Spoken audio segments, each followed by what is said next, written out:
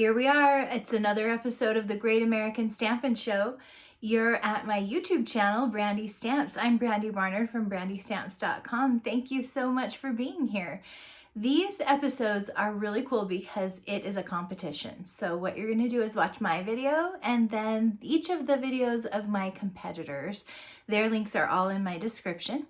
And then you just go click like on YouTube for whichever of the videos that you like the best, okay? And then each week we crown a winner to see who the favorite video was. So this is kind of fun and exciting, and I really feel kind of trepidatious and excited for today's video because I definitely went out of the box. The layout that we're using today is a little bit different for me, and when I started playing with it, I did something kind of weird for me, and I used colors that are a little out of my scheme, used a color I've never used before, and so I'm excited to show you what I came up with. Let's go get started. For season 3, we've been turning to the Stampin' Up! Annual catalog, and if you go over to page 22, there are just all of these layouts, and we've done an episode for each one, so if you haven't seen those, go back and check them out on my channel. This is episode 21, which means we're on the 21st layout. It is right here. And I've got a copy of our layout. I'm going to stick it right here in the frame because at the end of the day, this is the challenge. This is what we've been asked to do. So as you're watching each of our videos, pick the card you like the best, but also which one was the best representation of this layout. So that is an important part of what we're doing here. All right, so it's almost Christmas time, you guys, and I love to send Christmas cards. I literally send hundreds. And so I just keep adding more people to my list. If you want a Christmas card from me, tell me in the comments. I will send you one too. But as Christmas gets closer, I keep needing more and more Christmas cards. And so that is what I wanted to make today. But my other goal was to use some products that I had not used yet. So one of the things I had hanging around was this designer paper. It's called Regal Distressed Patterns, and this could obviously be used for any season, but I bought it for Christmas cards and I had not used it yet. Look at these pretty foil designs. So I honestly just gravitated to this leafy one. Just pulled it out first and said, let's feature this in our card today. So that was one of my starting points. And then in our mini catalog for the holiday season, we had so many beautiful ribbons, you guys. I hope you've been enjoying them as much as I have. But one of them was this wild wheat ribbon, and it's got kind of this filmy white stuff in it with the wild wheat edges. And it's really pretty, and I saw that it has appeared on our last chance list, which means it's going to be retiring soon. It might even be on a deal. I can't remember. Go check it out and find out. But I had this, so I wanted to try to use this if I could. So here's where I was starting. I was like, okay, are these colors weird together or do they even work? I will admit color is not a strong point for me. I have a few color combos I know work, but I often rely on the tools that we have too, or color combos that other people have used. Enter this Color Coach little tool that Stampin' Up! Has released. Kind of tells you what these different combos mean, and then on the front of here you can see all of our colors, and then you can rotate this little dial in the middle to help you match up like complementary colors, analogous colors, triadic colors. This is a great tool for me. So I went on here to try to see, okay, do Wild Wheat and Pretty Peacock intersect anywhere? I didn't know. But look, if I turn it just like this over here, then I get Pretty Peacock is in the window right there. Wild Wheat is in the window right here. I'm going, okay, I could make a triadic color combo. So I just need something from over here, right? So on this side, I've got things like Blackberry Bliss, Moody Mauve, Berry Burst, Petunia Pop. So I pulled in some Berry Burst cardstock to use with this.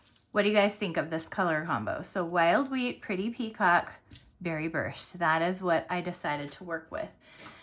So that is how I started. And if you guys struggle with color like I do, go onto the store and look for this. I think it's just called a color coach or a color wheel, something like that.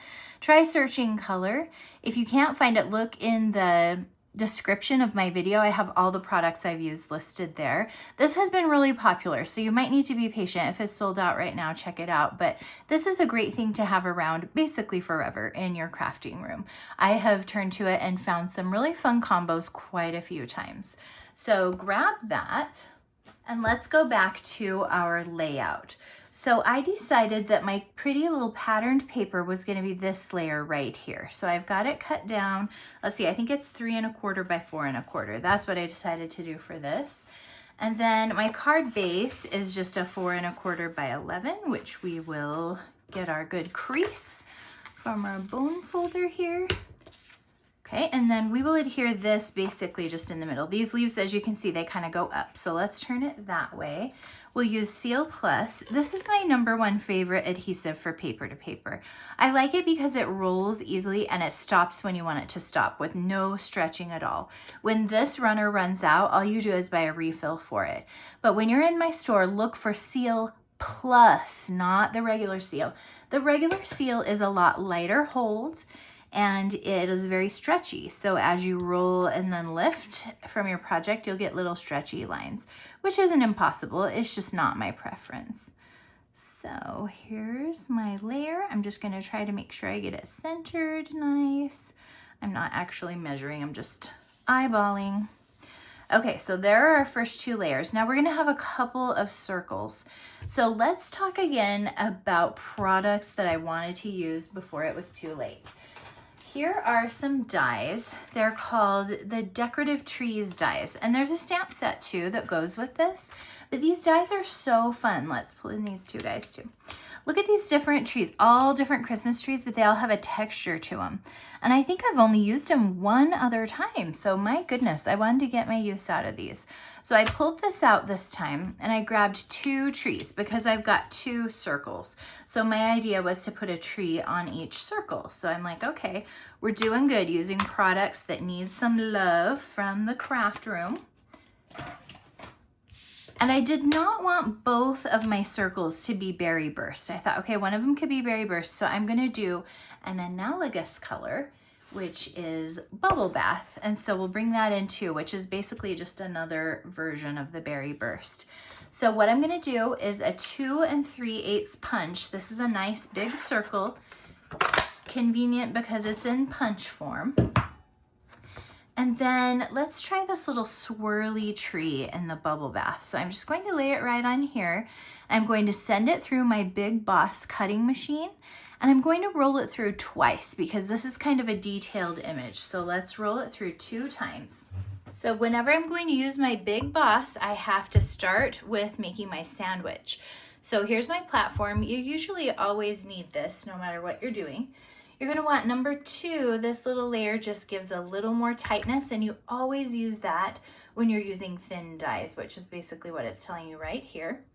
And then you just need your paper with the die, and you're going to put them in a sandwich between 2 clear plates. So the clear plates are the bread. There's a clear plate on the top and the bottom, and what goes in between there is the paper with the die. And that whole thing goes on top of your layers. So this is a sandwich that's ready to go. Oh my gosh, that's cute. I don't know if this shows in the video, but I think it does. Look at this heart. That is my ring light that I use to light my space. It's a heart shape because, you know, I'm fancy like that. Okay, so here's my Big Boss. Let's go ahead and roll this through. As soon as it's rolling, I always take hold of it up top here. That can help you keep it steady. It'll get tighter as you go across the die, and then it kind of clicks because I've already passed it. Now I'm gonna reverse. I'm going through it again. And that just does a double good cut. You know, if you're doing a really detailed die, that can come in handy. Okay, let's see what we've got here. Pull off the tree. Here's the paper kind of in the back of my die. I'm gonna grab my Take Your Pick tool, which has a little piercer on it. And this will help me poke this right out of the die. So there's always little holes in the front that'll help you release things. And then here are some pieces hanging on a little bit. We'll just use the piercer to knock those out. And here is how this little guy looks when all the pieces are knocked out. Isn't that pretty? Just really delicate little layer. And I'm actually going to adhere it right to a circle of the same color. So let me mention right now, you can put adhesive sheets on the back of your paper before you roll it. It'll make this into a sticker, which will make it really easy to stick down. But it also really sucks the whole thing down to your layer, and it kind of almost becomes one with the layer. And because I wanted a little bit more breathing room, like I wanted it to show and shadow here, I decided to use my liquid glue. So I'm going to use a very tiny amount, just in a few spots, just enough to hold it. And then I know the way that I'm layering up this card, it'll get some hold in other places as well. So the trick here is just you have to use very, very tiny amounts of this glue. I'm going to adhere this kind of off center. I want it off to the side a bit.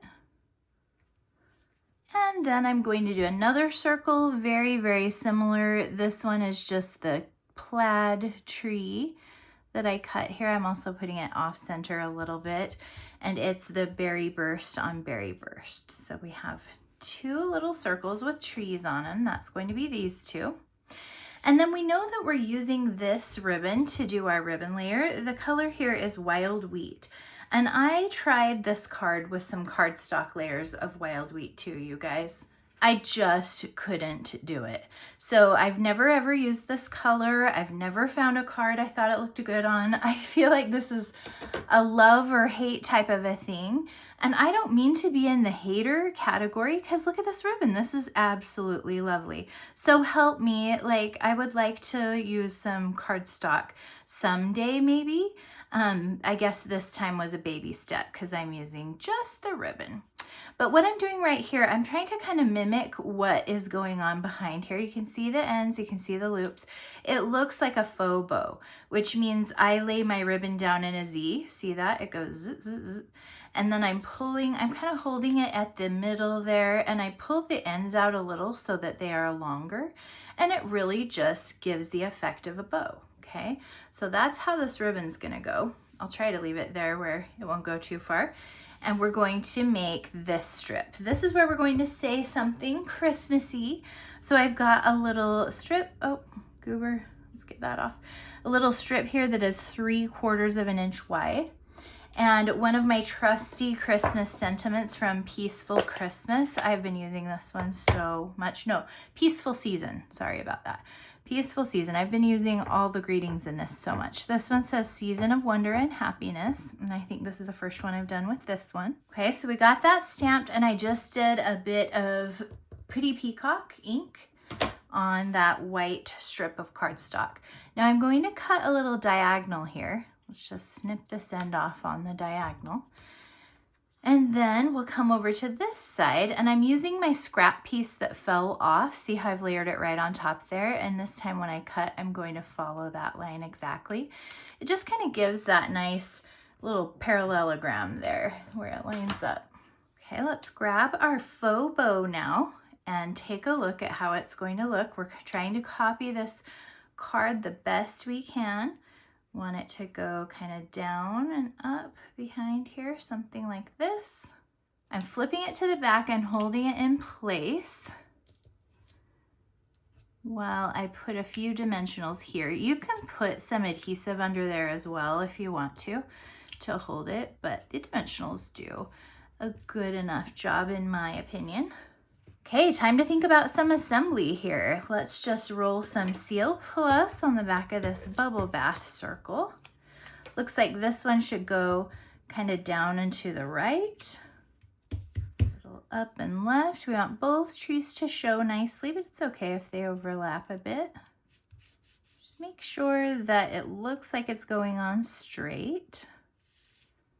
I really wanted to add some kind of bling, and I recently was scrolling my Instagram and I saw a fun card where someone had used multiple different gems on their card.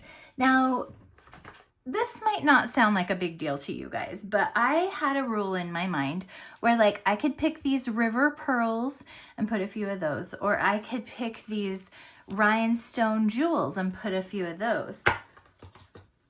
Or I could pick these shiny sequins. Look how nice those pink ones match. And I could put a few of those, but I need to decide which one. And that's the rule that I had in my mind. But now, thanks to my Instagram scrolling, I found out that's not a rule. I can put as many as I want, and I can put multiples of these. So let me show you what I did. We'll jump over to my finished card and look at this. So I've got a couple rhinestone gems. I've got some sequins up in here. I used some of those new river pearls. Those are available soon. And look at that. I just love how these trees decorated up, and they look so pretty with the multiple types of gems on them. I love how this color combo came together. That was unexpected for me. I didn't think that, I don't know, I didn't think I'd ever use wild wheat, but here I am, and now I've used the paper I wanted to, and I think we did a lovely job matching up with the layout. What do you guys think? Did you like the card that I came up with? It turned out fun for me. I enjoyed making this card, even though it was definitely out of my wheel box a little bit. So if you love my card, please click like. And if you love this channel, make sure you're subscribed, and I will be back very soon with some more crafty goodness. Thanks for hanging out. Bye.